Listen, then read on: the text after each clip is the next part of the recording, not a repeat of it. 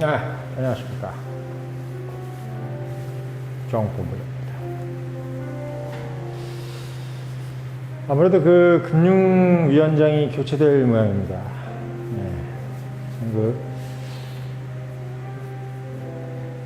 김지현 금융위원장이죠. 참 옛날에는 뭐 금융위원장 이름이 누군지, 금감원장이 누군지 잘 몰랐는데 일반인들이 잘 알기도 힘든, 국회의원 이름도 뭐 잘 모르는데 금융감독원장이니 뭐 금융위원장인지 누가 알겠습니까만은 이게 지금 이제 개인 투자자가 1,400만이 되다 보니까 이게 이해관계가 이제 집중이 되는 거죠. 그러다 보니까 옛날에는 뭐 검찰총장이네 뭐 이런 사람들이 더 유명했다면 요즘은 뭐 금융감독원장 그리고 금융위원장 이런 분들이 상당히 그 유명한 사람들이 됐어요. 특히나 이번에 박순혁 작가께서 공매도 금지, 공매도 금지를 이제 주장하면서, 사실 뭐 공매도 금지라기보다는 공매도의 조건을 공평하게 해라. 기관하고 외국인과 개인을 공평하게 해서 상환 기간도 이제 90일로 공평하게 하고, 그리고 뭐 담보 비율도 120%가 아니라 105% 개인하고 외국인하고 똑같이 공평하게 해달라, 이 얘기를 몇 달 전부터 했었죠. 특히 뭐 그 유튜브에서도 얘기를 하시고, 특히 이제 제일 강조를 하셨던 게 금융감독원장 당장 잘라야 된다, 경질해야 된다, 이렇게 얘기했는데, 지금 이게 참 전 좀 신기한 게, 그 얘기하는 대로 다 되니까 더 좀 신기한 것 같아요. 이게 어제도 제가 그 얘기를 하면서, 이게 대통령께서 2번씩이나 그 얘기를 하고, 처음에는 그냥 울며 겨자 먹기 식으로, 청원이 3차나 들어오니까, 국민청원이 3차나 들어오니까, 그냥 사람들 시끄러우니까 해줘, 이건 줄 알았다가, 제가 어제도 말씀드렸지만, 정말 본인이 진심인 것처럼 지금 강조를 하고, 버럭 화를 내고 이랬단 말이죠. 그래서 지금 금융감독원장이 납작 엎드렸어요. 이복현 금융감독원장이, 박순혁 작가가 얘기할 때는 콧방귀도 안 끼다가, 지금 대통령이 그렇게 얘기하니까, 검사 선배기도 하고, 서울법대 선배기도 하고 그러니까, 완전히 그냥 박순혁 작가가 했던 얘기를 그냥 그대로. 그러니까 대통령은 참, 배알도 없는 거지. 본인이 이렇게 했던 것들 다 주워 담고, 완전 납작 엎드려서, 대통령이 하자는 대로 그냥 다 하고 있습니다. 그러니까 어저께까지 말씀드렸지만, 금융감독원장 같은 경우는 지금 이제 전혀 문제가 없는 거예요. 왜? 박순혁 작가가 이제 하자는 대로 다 했기 때문에, 박순혁 작가께서 금융감독원장을 잘라 마라 이렇게 할 필요가 없는 거야. 지금 말 너무 잘 듣고 있어요. 그냥 완전히 지금 오히려 공매도 금지한 거에 대해서 자꾸 유언비어 터뜨리지 말고, 안 좋다, 이게 실제로 기관이나 외국인한테 별로 나쁜 것도 없고, 개인한테 이게 사실 도움이 안 된다, 이런 얘기 자꾸 하지 말라 이거야. 이게 자꾸 유언비어 퍼뜨리지 말라고 지금 경고하고 있어. 지금 오히려 박순혁 작가가 오히려 금융감독원장의 비호를 받고 있어요. 참 재밌는 거죠. 그러니까 참 재밌는데, 정말 어메이징한 사태가 일어난 게, 이제 보니까 김지현 금융위원장이 58년생이더라고요. 대통령이 60년생이에요. 58년생이면 지금 한국 나이로 66세입니다. 58년생. 서울대 경제학과 나왔더라고요. 그래서 행정고시 출신이고, 거기도 할 거 다 했어요. 경제관료로서 할 거 다 하고, 그리고 이제 대통령 캠프 때 경제 특보를 했죠.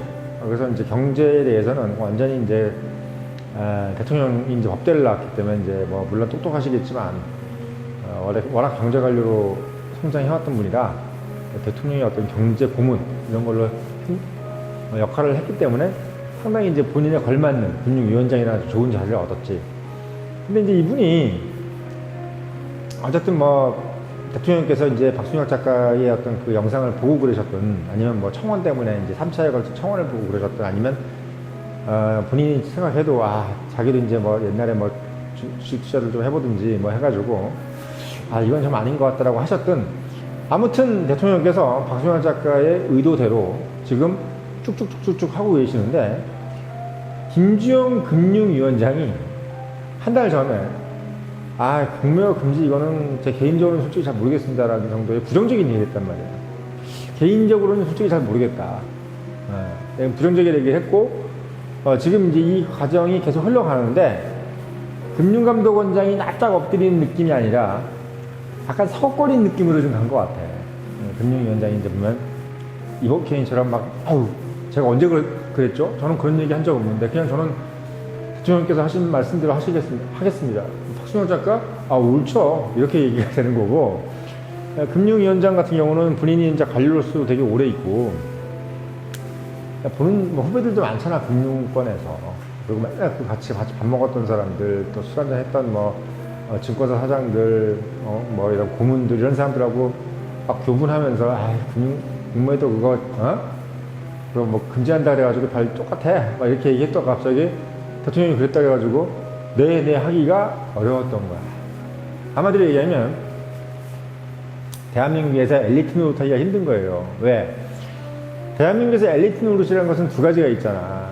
첫째는 그 자리까지 올라가기 위해서 이 사람한테 충성해야 하는 것도 있지만, 또 그 자리까지 올라가면서 밑에 사람들한테 보여주는 뭐가 있어요. 가오다시가 있다고. 근데 밑에 사람들이라든지 또는 그 유관기관장들한테 본인이 뭐 해왔던 얘기들이 있는데, 다 그 사람 처음부터 쳐다보고 있는데 금융위원장이 대통령이 하라는 대로 딱 해버리면, 그 사람들이 나중에 금융위원장이 나중에 막 그만두고 갔을 때 어딜 가냐고. 어디 뭐 금융사 어디 뭐 고문이라든지, 아니면 임종용 우리은행 우리금융지주 회장처럼 그분도 이제 금융위원장 했잖아요. 금융위원장 하다가 자기가 이제 여기서 공무원이니까 박봉이잖아. 근데 금융지주사 가면 이제 막 억대연봉을, 그냥 억대연봉이 아니라 막 수십억씩 받는데, 자기가 지금 여기서 말 잘못하면 그냥 가기가 없는데 어딜 하겠어요? 라는 생각을 할 수 있지. 그러니까 뭐 그런 것도 있겠고, 본인이 어떤 뭐 퇴임 후에 생각도 했을 거고, 또 이제 본인이 또 이제 밑에 사람들한테 보여지는 그 각도가 좀 이게 너무 이렇게 딱 엎드리는 각도로 보여주고 싶지 않았던 것 같아요. 그래서 이제 좀 약간 저항하는 느낌? 뭐 이런 느낌, 좀 개기는 느낌이지. 이걸로 가니까 그냥 바로 대통령이 교체. 지금 뭐 MBC에서 이제 단독으로 나왔는데, MBC라 해서 약간 좀 믿음이 안 가긴 하는데, 조선일보라든지 이런 데 나와서 나오면 확실한 건데, 금융위원장이 교체가 되는 것이 거의 뭐 확실시 되는 것 같습니다. 확실히 되는 것 같아요. 오히려 금융감독원장이 총선 뭐 나온다 만다 그래가지고 그만두는 어떤 그런 걸로 생각했는데, 금융감독원장은 본인은 뭐 난 정치 같은 건 안 할 거야 뭐 이렇게 얘기하고 있다고 하네요. 특히나 뭐 지금 중요한 거는 본인이 일단은 대통령 말을 너무 잘 듣고 있는 거야. 근데 이 대통령 말이 곧 박순혁 작가께서 주장하셨던 얘기들이라 참 이게 뭐 아이러니합니다. 아무튼 금융위원장이 교체된다는 것은 일단 뭐 어느 정도는 지금 기사에 계속 뜨고 있네요.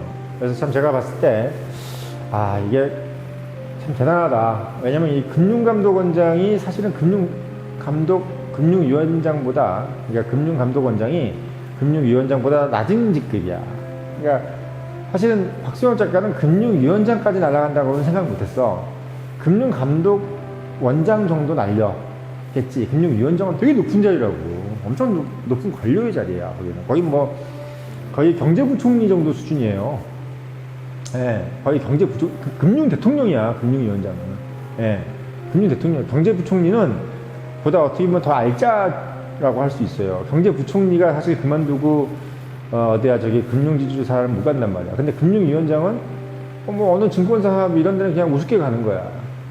그런 입장이기 때문에 금융대통령이 바로 금융위원장인데, 금융위원장이 이번에 교체가 된다 그러니까 박순혁 작가께서 정말 하고자 한 건 거의 다 된 것 같다라는 생각이 듭니다. 오늘 민, 당, 정 협의회, 공매도 개선 협의회가 있었는데, 내용을 보니까 이제 뭐 일반 개인 투자자들한테는 상당히 그 뭐 아직도 미흡하다 얘기가 많이 나오는 것 같은데, 그런적으로 이제 박수현 작가께서 이제 요청하셨던 전선화 이루어졌고, 그리고 어쨌든 개인하고 기관 외국인이 상환 기간이 똑같아졌고, 그리고 담보 비율이 이제 105%로 똑같아졌다. 상환 기간은 90일로 이제 연장이 이제 가능하다. 뭐 이런 이제 세부 조항은 있는데, 아무튼 기관 외국인하고 개인이 모든 조건이 똑같아졌다. 뭐 이렇게 얘기가 나오고 있습니다. 그래서 일단 뭐 주장했던 게 된 거잖아요. 박 작가께서 주장했던 게 됐고, 대통령이 움직였고, 발표 났고, 구매도 금지 내년 6월까지 한다 그랬다가 지금 대통령께서 근원적인 해결 정책 나오지 않을 경우에는 뭐 무기한 연기하겠다라는 얘기까지 나왔고, 오늘 그 얘기 나왔고, 가장 결말적인 거 금융위원장이 교체된다는 거. 그러니까 본인이 얘기했던 세 가지가 다 이루어졌어. 다 이루어졌습니다. 참 뭐랄까요, 제가 봤을 때는 제가 지난번에도 말씀드렸지 않나요? 이분이 참 정치적으로 상당히 그 머리가 좋으신 분 같다. 아니, 왜냐면 이제 보통은 그냥 대부분 다 이렇게 주장만 하다가 끝나잖아. 뭐 특히나 이제 박수현 작가는 어디 뭐 관료 출신도 아니고, 그렇다고 해서 뭐 증권사의 대표까지 한 것도 아니고, 사실은 뭐 이름도 잘 모르는 뭐 금양이라는 회사에서 이제 홍보이사 뭐 이런 정도를 하셨기 때문에 상당히 어떤 뭐 지체 높으신 분들이 봤을 때는 뭐야 듣보자 뭐 이런 느낌인 분이란 말이지. 그런 분이 이제 어떻게 보면 지금 이야기한 게 지금 싹 다 이루어졌단 말이에요. 그러니까 참 어떻게 보면 이게 진짜 신기하다. 대통령도 움직이고, 물론 대통령께서 박수현 작가의 말 100% 들었다고 할 수는 없죠. 그렇게. 근데 어쨌든 간에 박수현 작가께서 이야기한 게 지금 다 이루어지니까, 저는 뭐 그게 박수현 작가 얘기를 듣고 했든 안 했든 간에, 이분이 그렇게 예언을 했든 간에 정말 너무 놀라울 따름입니다. 그러니까 제가 뭐 금융 관련돼가지고 전문적인 어떤 지식을 여러분한테 말씀드린 게 아니라, 정말 이분이 정말 대단한 정치력을 가지고 계신 분이구나. 별로 제도권에서 듣보잡이라는 얘기까지 들어가면서 별로 그렇게 중요한 인물이 아닌 사람인데도 불구하고 지금 본인이 주장해서 심지어는 다윗과 골리앗이라 그래가지고 금융감독 원장하고 지금 맞다이를 쳐가지고 죽이네 살리네 막 저 사람 해가지고 금융감독 원장이 지도세도 모르게 잡아간다든지. 왜냐면 금융감독 원장이 검사 출신이야. 그러니까 저는 솔직히 박수현 작가께서 사기꾼으로 몰려가지고 뭐 하나 탁탁 털면 나오잖아요. 우리나라 뭐 아무리 사람이 깨끗하게 살아도 대한민국에서 털면 안 나오는 사람이 없어요. 그러니까 뭐 사실은 뭐 어디 가서 뭐 술 한 잔 먹어도 뭐 음주 단속이라든지 또는 뭐 조그만 경범죄라든지 아니면 벌금을 좀 뭐 늦게 내가지고 뭐 이런 범죄 하여튼 일들이 많단 말이야 살아보면서. 아니면 위장전입부터 시작해서 뭐 별의별 게 다 있을 수 있잖아. 그러니까 사람을 도덕적으로 욕을 하려고 하면 검찰이 그걸 다 털어낼 수 있단 말이지. 근데 이제 저는 그래서 이 박수현 작가께서 금감원장이 손을 쓰든 아니면 뭐 금감원장 친구나 또는 선배 후배가 손을 쓰든 해가지고 검찰에서 박수현 작가를 탈탈 털어가지고 잡혀간다라는 어떤 그런 생각도 해봤단 말이야. 사기꾼을 물려가지고 뭐 예를 들면 조사받으러 들어갔다가 뭐 이것도 받고 저것도 받고, 알고 봤더니 뭐 친구한테 돈 500만 원을 빌려가지고 아직도 안 갚았다는 등 뭐 이런 얘기들이 나올 수 있잖아요. 뭐 개인이 그럴 수 있지. 내가 어려우면 그럴 수 있고, 또 뭐 또는 뭐 여러 가지 금융권에서 오래 있다 보면은 자기도 본의 아니게 이제 법을 위반하는 경우가 있단 말이야. 그러면 이제 그거를 이 사람이 워낙 유명한 위치에 있다 보니까 난 박순혁이라는 사람을 상당히 좋게 생각했었는데 이런 죄도 졌단 말이야? 뭐 돈을 빌려서 안 갚았단 말이야? 아니 금융권에 있던 사람이 돈을 빌려서 안 갚아? 그리고 모ral 도덕적으로 상당히 문제가 있는 분이네? 라든지 아니 뭐 매도 계약을 잘못해가지고 뭐 이중 계약을 했다든지 뭐 별의별 어떻게 우연히 일어날 수 있는 일들이 많잖아 말이야. 근데 그런 것들이 하나도 일어나지 않았던지 아무튼 뭐 밝혀내진 게 없어요. 그리고 검찰에서도 그런 걸 가지고 뭐 박수혁 작가를 얘기하는 게 없고, 금융감독을 해서도 뭔지 잠깐 겸직 논란이니까 그것 때문에 조사한다더니 뭐 흐지부지 없어졌단 말이야. 그러더니 갑자기 그냥 카운터 펀치 날리듯이 금융위원장이 지금 저렇게 골로 가는 상황으로 만들어졌단 말이에요. 금융위원장이 위상하고 박순영 작가의 이상은요, 그냥 정말 다이거 골리앗 정도가 아니라 금융권에서는 이 독수리와 파리의 정도의 수준입니다. 독수리와 파리. 그러니까 이건 뭐, 이 김지영 같은 분들은 이 박순영 작가 같은 분들을 볼 때 어디 붙어 있는지도 모르는 사람으로 보이는 거예요. 어디 붙어 있는지도 모르는 사람. 뭔 독보자배, 뭐 웬만한 신한금융지주 회장이라든지 뭐 임종용 같은 우리 금융지주 회장 이런 사람들도 그냥 자기 한참 밑으로 있는 사람으로 생각하는 사람들이 바로 금융 관료들이란 말이에요. 그래서 지금 이번에 그 금융위원장이 교체되는 거는요, 박순영 작가가 엄청난 이 승리를 한 겁니다.